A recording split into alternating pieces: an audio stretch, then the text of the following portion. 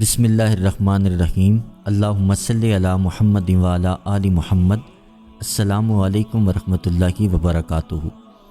کچھ الفاظ ایسے ہوتے ہیں جو زمین پر پڑے جاتے ہیں لیکن ان کی آواز آسمانوں پہ سنائی دیتی ہے۔ ایک ایسا کلام جو ہے درود پاک، یہ صرف زبان کی تسبیح نہیں بلکہ روح کی غذا، دل کا نور اور قسمت کو بدل دینے والا راز ہے۔ درود ابراہیمی پڑھنے والا بہت ساری نعمتیں پاتا ہے۔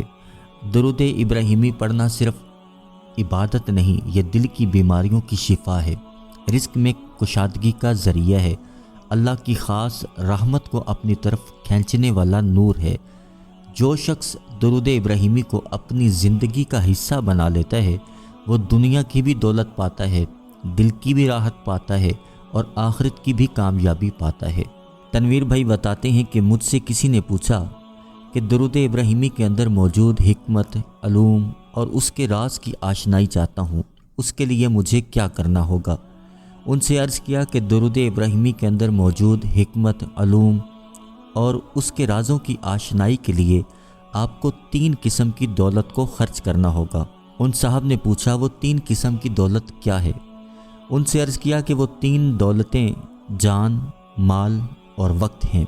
آپ کو درود ابراہیمی کے اندر موجود حکمت، علوم، اس کے راز کو جاننے کے لیے سفر کرنا ہوگا، ان لوگوں سے ملنا ہوگا جو درود ابراہیمی سے محبت کرتے ہیں، خود کو راتوں کو جگانا ہوگا، غور و فکر اور تفکر کرنا ہوگا، ان کتابوں کو پڑھنا ہوگا جن کتابوں میں درود ابراہیمی کے کمالات، واقعات، مشاہدات کا ذکر ہے، ان خاندانوں کی تلاش کرنی ہوگی جن میں نسل در نسل درود ابراہیمی کی تسبیح چل رہی ہے۔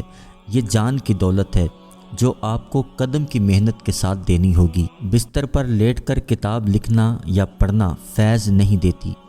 جس کتاب کے پیچھے قدم کی محنت نہ ہو اس کتاب سے کبھی بھی فیض جاری نہیں ہو سکتا۔ دنیا کی معروف کتابوں کا ڈیٹا نکال لیں جنہوں نے دنیا پر راج کیا تو آپ کو ان کتابوں کے پیچھے قدم کی محنت نظر آئے گی۔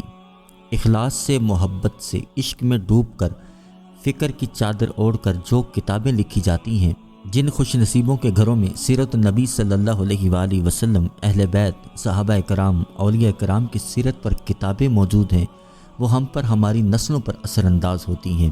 جس طرح ہر پھول کی خوشبو منفرد ہوتی ہے، اسی طرح ہر سیرت کی کتاب اپنی خوشبو کا اثر دکھاتی ہے، ہمارے باطن کو روشن کرنے کا سبب بنتی ہے۔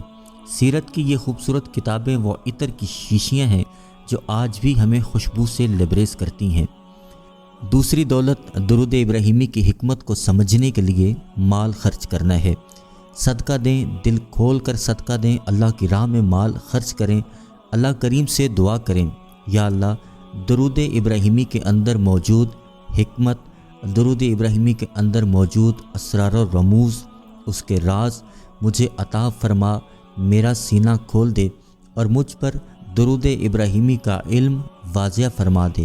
آپ درود پاک کی نشر و اشاعت کے لیے مال خرچ کریں اور دعا کریں، یا اللہ درود پاک کی نشر و اشاعت میں میں نے مال اس لیے خرچ کیا تاکہ درود پاک کی خوشبو ہر گھر تک پہنچے۔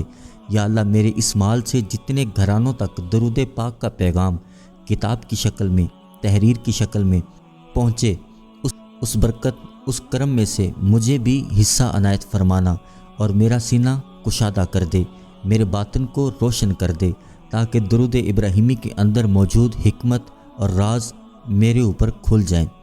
تیسری دولت ہے وقت۔ درود ابراہیمی کو وقت دیں، دن ہو یا رات، جب بھی موقع ملے، جب بھی تنہائی میسر آئے، درود ابراہیمی کو انتہائی ادب اور توجہ سے پڑھیں، چاہے ایک تسبیح پڑھیں، درود ابراہیمی سے محبت کریں، درود ابراہیمی کو وقت دیں، ساتھ اللہ کریم سے التجا کریں، یا اللہ میں درود ابراہیمی سے محبت کرتا ہوں یا کرتی ہوں، اس لیے درود پاک کو بار بار ورد کر رہا ہوں یا کر رہی ہوں۔ اللہ کریم مجھ پر درود ابراہیمی کے راز کھول دے، مجھے اس درود پاک کی گہرائی سے آشنائی عطا فرما، مجھے نبی کریم صلی اللہ علیہ وآلہ وسلم کا عشق، ان کی محبت عطا فرما، اور روز محشر مجھے ان کی شفاعت نصیب فرمانا، مجھ پر درود ابراہیمی کے فیض کے دروازے کھول دے۔ یہ 3 دولتیں خرچ کریں، انشاءاللہ اللہ کریم آپ پر درود ابراہیمی کے اندر موجود حکمت، راز، روحانیت کو ضرور کھولے گا۔ درود پاک باادب پڑھیں، توجہ سے پڑھیں، چاہے ایک تسبیح درود ابراہیمی کی پڑھیں، انتہائی ادب کے ساتھ پڑھیں، انشاءاللہ اللہ کریم اپنے پیارے حبیب کے صدقے درود پاک کا نور، فیض اور راز انشاءاللہ آپ کو اور آپ کی نسلوں کو عطا فرمائے گا۔